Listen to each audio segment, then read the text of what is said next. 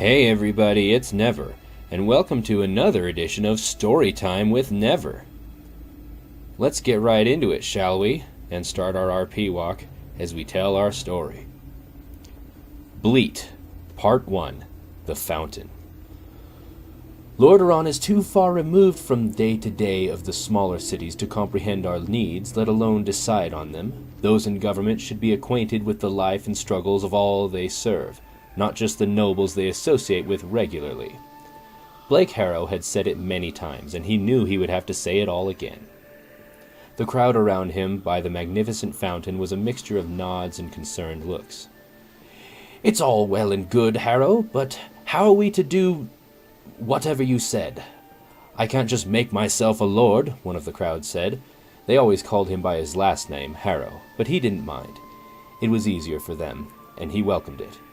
"Perhaps not, but you can make a difference here. Any of you who has stewardship or charge over another can try to understand their life, their challenges, their dreams and fears. It is our duty as citizens of the greatest nation this world has ever known to guard and nurture that which makes it great." The crowd cheered and applauded, and Harrow felt a glow of pride in his work. A few of the priests were regarding him with favor, and even some of the girls smiled shyly. Harrow stepped down from the edge of the fountain, but before he could plant his feet, someone shoved him backward into the rippling water. Harrow sprang up, clinging to the side of the fountain as the crowd roared with laughter. A young man stood over him. "Go drown with your lies, you dark wizard. We don't want your kind here in Anderhall making trouble." He turned to the crowd, still pointing at Harrow. "I've seen him by night, practicing the dark arts he was. Get him out of here or he'll be the death of us all someday." The crowd began to murmur, and a few people even shouted threats. Harrow awkwardly collected his soaked robe about him, stepped out of the fountain, and began to make his way through the crowd. He had barely gone 10 feet when a pair of men in heavy armor blocked his path, standing firm with folded arms. Harrow stood dripping as the crowd made a circle around the three of them. "What can I do for you, gentlemen?" He had learned it was almost always better to be friendly than to be aggressive. One of the men leaned forward. "We've heard these rumors before, Harrow, about the dark magic, but some say you're just a bad priest. Which is it?" Harrow considered the two men. It was normal for paladins to be paranoid about what they thought to be dark magic, particularly when they themselves had little knowledge of its nature or application. Either way, he thought it was wisest to address the men and not the crowd. "Good fellows, magic is a tool, yes? You know that as well as I. I've seen paladins capable of reducing an opponent to withers with the might of their seals. Some may say this, using the holy light as a weapon to do harm, is evil, but I don't think it is. I think it is a tool, and that its use is good or evil. What say you?" The paladins looked at one another, then back to him. "So you're not doing evil magic?" "The shadow allows me the ability to protect others. Some form a shield or barrier for protection, but the enemy still stands, and eventually the barrier collapses. Is it not better to defeat an enemy once and for all than to face its terror another day, and another? Or better yet, take that enemy and turn it against other enemies. Our hunters use beasts to slay other beasts. Our warriors brandish sword to contend with other swords. Magic is a tool in the same right." One of the paladins jabbed the other lightly in the arm. "Hey, that's the kind of thing that old Steel Arm was saying. Get the enemy before he gets you or someone else." He turned back to Harrow. "You're all right, priest. Maybe one day you could graduate to paladin." Harrow feigned a smile. "Perhaps. I should get back to my studies if I'm ever to have such an opportunity." He waved to the pair and disappeared among the crowd. Part 2. Supper. The civil courtroom was regarded as one of the more well-maintained places in Anderhall. Harrow suspected it was because of its occasional use, and the place really only suffered less wear. He sat with the others, watching the proceedings against Rowan Canton, a local military man accused of taking bribes. Canton was flanked by 2 armored guards that sneered at him occasionally. The court had droned on in circles, with witnesses and representatives alike giving their own twisted realities as convincingly as they could manage. The representative of the people, a balding man with an impressive mustache and well-tailored suit, took his turn to call the next witness. "The prosecution calls Blake Harrow to witness." It took a moment for the impact to register. Harrow stood and began to walk toward the witness's chair, all the while wondering at this. He didn't even know Rowan Canton or anyone else involved. He had come to the court today to speak at an assembly and arrived early. After giving an oath of truthfulness, Harrow sat down and waited for the questions in apprehension. The man with the mustache paced the floor and laughed thoughtfully, clasping his hands behind his back, looking very pleased with himself. Harrow did not even remember what they had said his name was.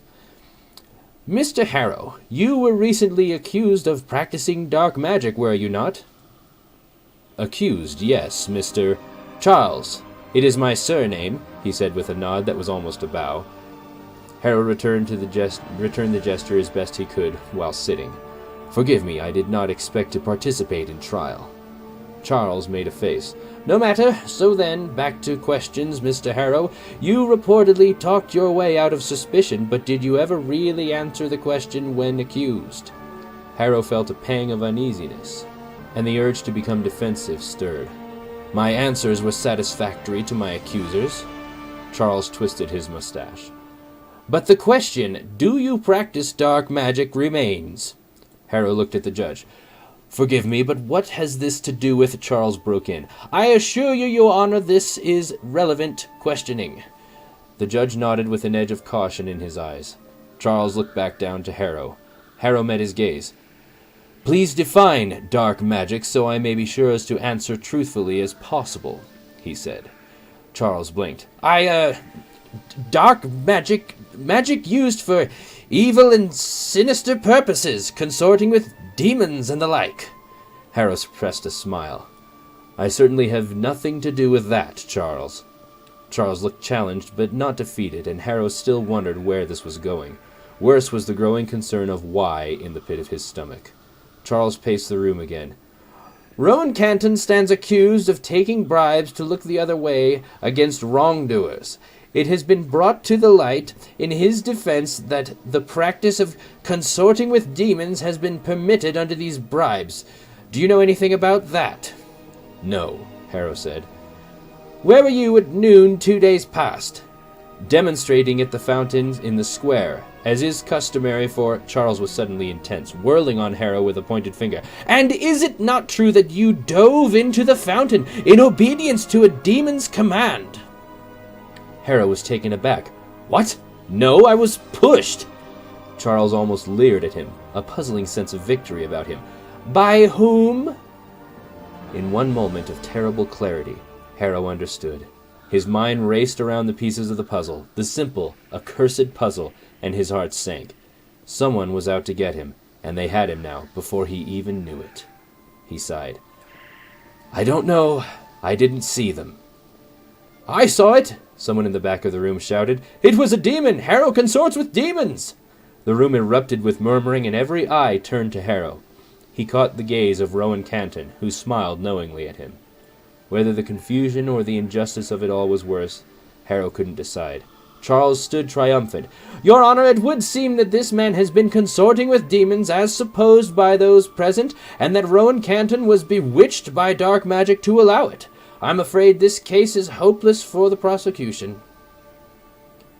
The judge nodded, and Harrow's world went numb. The distant sound of a gavel echoed somewhere on the edge of his awareness. He could only sit there, frozen in disbelief. It all made sense, and it was all so masterfully done. But he had to be sure, he had to know that his deductions were correct. He would not likely have a better chance, and there was nothing to lose at this point. Harrow lunged toward Rowan Canton, grabbed hold of his tunic, and tore it down the center. The inside of the fabric was hot to the touch, and Canton's chest was damp with sweat. It was fell cloth. "Here!" Harrow yelled. "See, there is—" A mace from one of Rowan's guards struck Harrow squarely in the mouth. His body convulsed as he felt his jaw shatter. Teeth caved inward, and the taste of blood gagged him as he fell forward onto the floor, red gore shooting out from the front of him. Harrow tried to speak, tried to warn the people and proclaim his innocence, but the effort only brought him blinding pain. The judge slammed the gavel and called for order, while the priest saw to Harrow's wound, a look of hopeless defeat on her face at the sight of the grievous wound. "What was it he found on your person, Mr. Canton?" the judge said, clearly agitated. Rowan Kenton smiled and shrugged. "Nothing, Your Honor. I'm a little sweaty. This room is stuffy and hot. I do get quite nervous when falsely accused." The rest of what they said and did would ever be a dull blur to Harrow, as he sat in his cell with his face bandaged to the point that he couldn't even see. He went over the facts in his mind for the 100th time. Rowan was the one consorting with demons. Someone found out. Rowan, probably assisted by some demon, enacted a clever plan to shift the blame to the most believable victim. Him. Harrow. To what purpose, he couldn't determine. Why him, though?